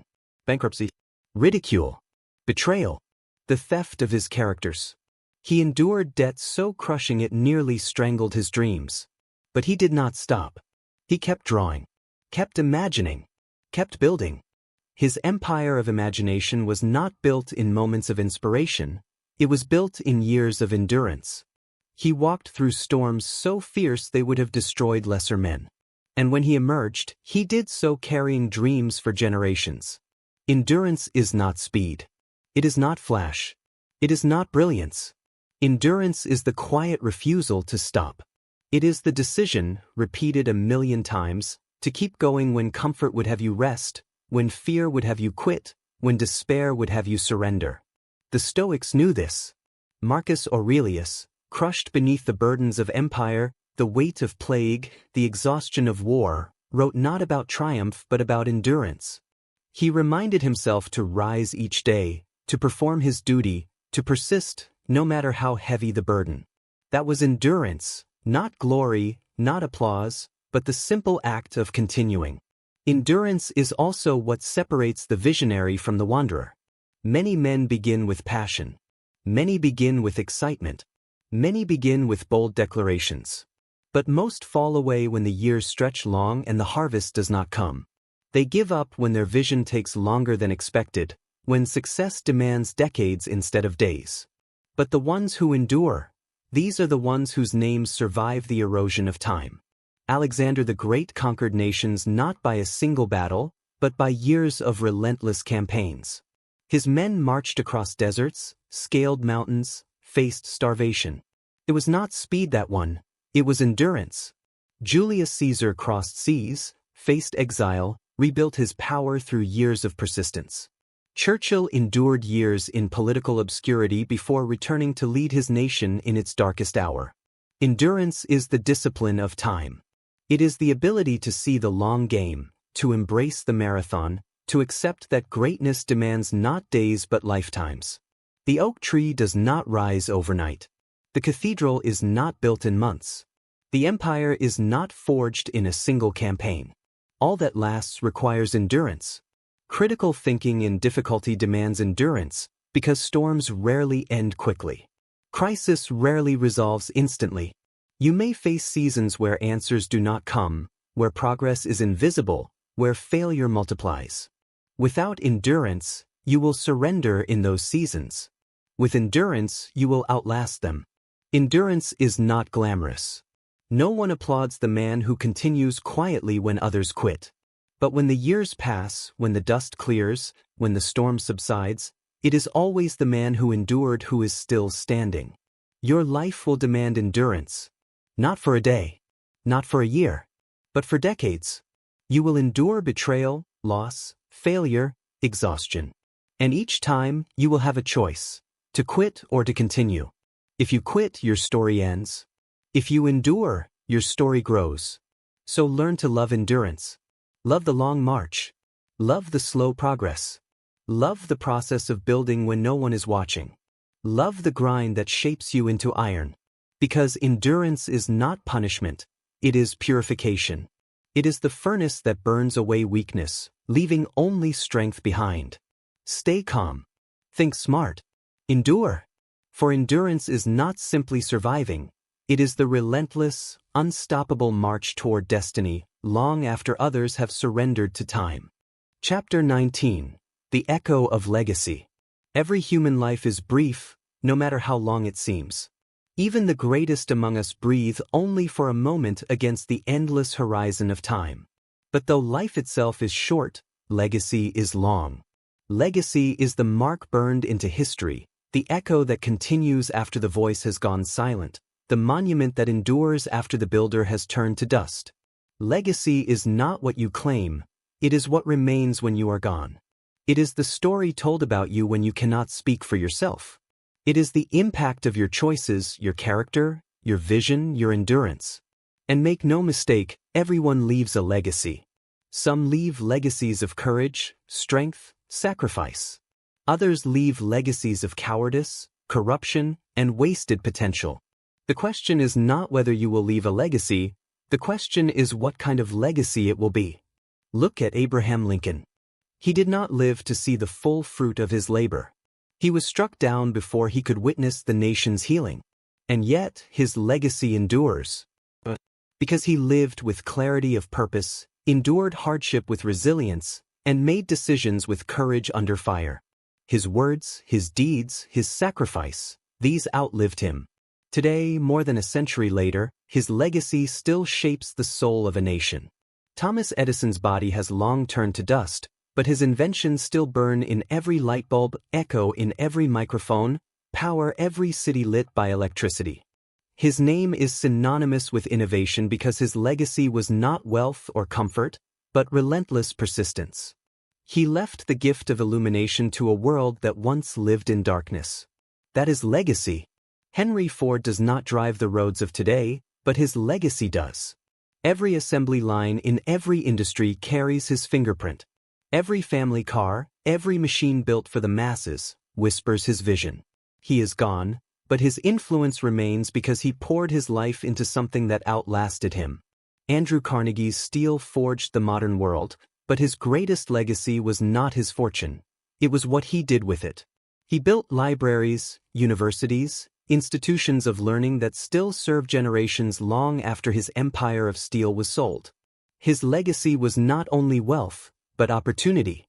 He invested in the future of others, and because of that, his name endures. And Walt Disney. His legacy is so vast that millions who speak his name today were born decades after his death. He left behind not only films, not only parks, but an entire culture of imagination. He proved that one man's vision, carried with courage and endurance, could outlive him by centuries. His legacy was not only what he created, but what he inspired in others, the courage to dream. Legacy is the ultimate measure of life. Success fades, possessions decay, victories are forgotten. But legacy endures. The pyramids still rise in Egypt because men sought legacy. Cathedrals still touch the skies of Europe because builders poured centuries into work they would never live to see completed. Explorers sailed oceans, philosophers wrote books, inventors built machines, not only for themselves, but for those who would come after them. That is legacy, the willingness to live for more than yourself. The Stoics taught that the measure of a man's life is not in what he takes, but in what he leaves behind. Marcus Aurelius ruled an empire, but his truest legacy is not Rome's armies or its laws. It is his meditations, his thoughts written in private, never meant for fame, yet still read 2,000 years later. That is the power of legacy. You may die, but your influence continues to guide men you will never meet. Legacy is not always monuments or empires.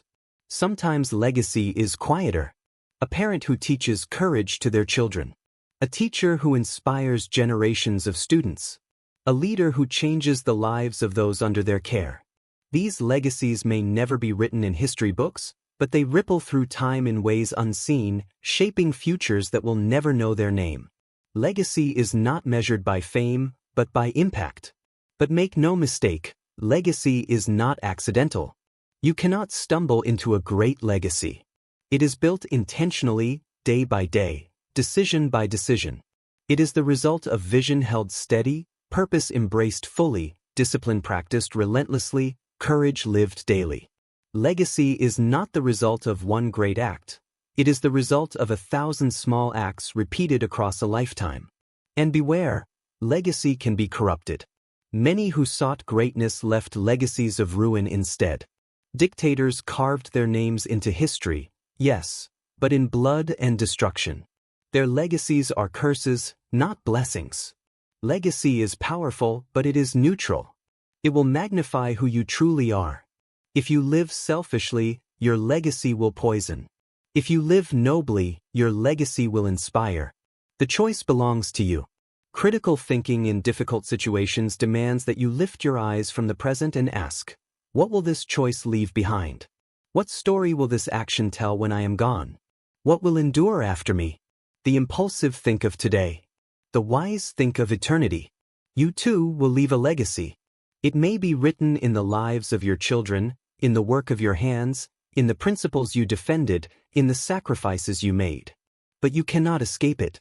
One day, the world will speak of you in the past tense. And when it does, what will it say? Stay calm. Think smart. Live not only for yourself, but for the echo that will remain when your voice is gone.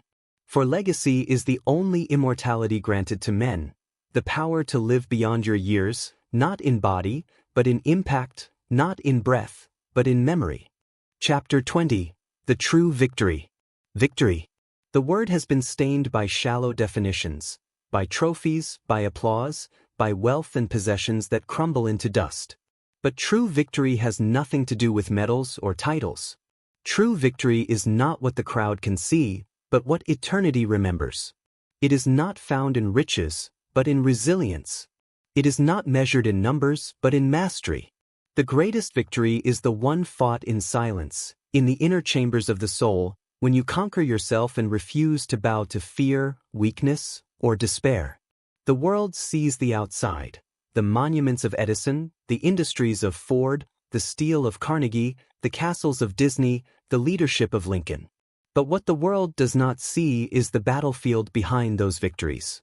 The thousands of failures Edison endured, the bankruptcies Ford crawled through, the betrayals Disney suffered, the ridicule Carnegie overcame, the grief Lincoln carried like a weight of stone.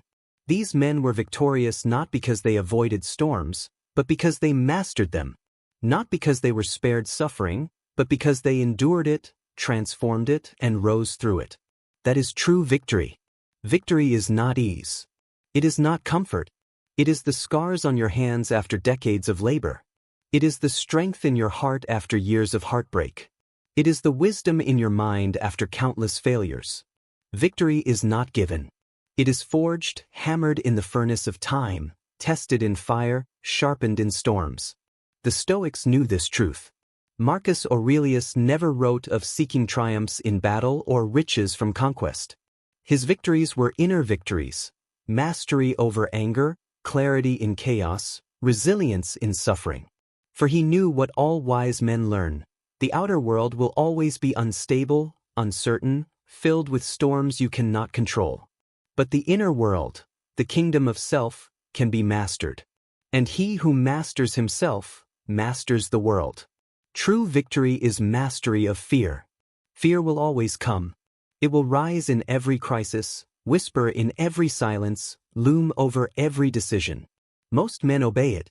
They retreat, they compromise, they surrender. The victorious do not. They feel fear, but they walk forward anyway. That is mastery. That is victory. True victory is mastery of desire. Desires burn endlessly. More money, more power, more recognition. The world is filled with men who conquered nations but could not conquer themselves, who gained the world but lost their soul. True victory is not in endless hunger, but in discipline, the ability to choose wisely, to restrain appetite, to control impulses. The man who can govern himself is greater than the man who can govern empires. True victory is mastery of time. Patience is not delay. It is the recognition that destiny unfolds in seasons, not seconds. The victorious are those who endure long enough to see their seeds bloom, who refuse to quit before the harvest, who understand that years of obscurity can precede moments of immortality. Lincoln waited decades in failure. Edison endured decades of ridicule. Disney suffered decades of doubt. But they endured, and so their names endure. And true victory is legacy. Not the fleeting echo of applause, but the deep resonance of impact that lives on when you are gone. The greatest victory is not in living long, but in living in such a way that you are never forgotten. To carve your values into the stone of time. To plant trees whose shade you will never sit under. To leave behind not just wealth, but wisdom. Not just monuments, but meaning. Think of the builders of cathedrals. They worked for decades knowing they would never see the spires completed. Yet they labored anyway. Their victory was not in seeing the work finished, but in knowing they were part of something greater, something eternal. That is true victory, to live for what outlasts you. Victory is not always loud. Sometimes it is quiet. Sometimes it is the quiet victory of a parent raising children with love and integrity. Sometimes it is the victory of a teacher shaping minds that will build the future. Sometimes it is the victory of a worker enduring hardship with dignity. True victory is not in the size of the stage, it is in the weight of the impact. And you, your storms, your struggles, your nights of despair, your victory is not in avoiding them, but in rising through them. Your victory is not in living without scars, but in carrying them as proof that you endured. Your victory is not in applause, but in knowing that when the storm came, you did not crumble. You stayed calm. You thought smart. You endured. You conquered yourself. The final truth is this: the greatest victory is to live a life of mastery over fear, discipline over impulse, patience over panic, clarity over confusion, resilience over despair, faith over doubt, and purpose over comfort. To leave behind a legacy that outlasts your breath. To be remembered not for what you owned, but for what you gave, not for how high you climbed, but for how deeply you stood when the world shook. Stay calm. Think smart. Conquer yourself. For in mastering the storms within, you will master the storms without. And in doing so, you will achieve the only victory that matters. The victory that outlives you, the victory that echoes in eternity. That is the art of critical thinking in difficult situations. Not merely survival, not merely success, but victory, the kind that time cannot erase.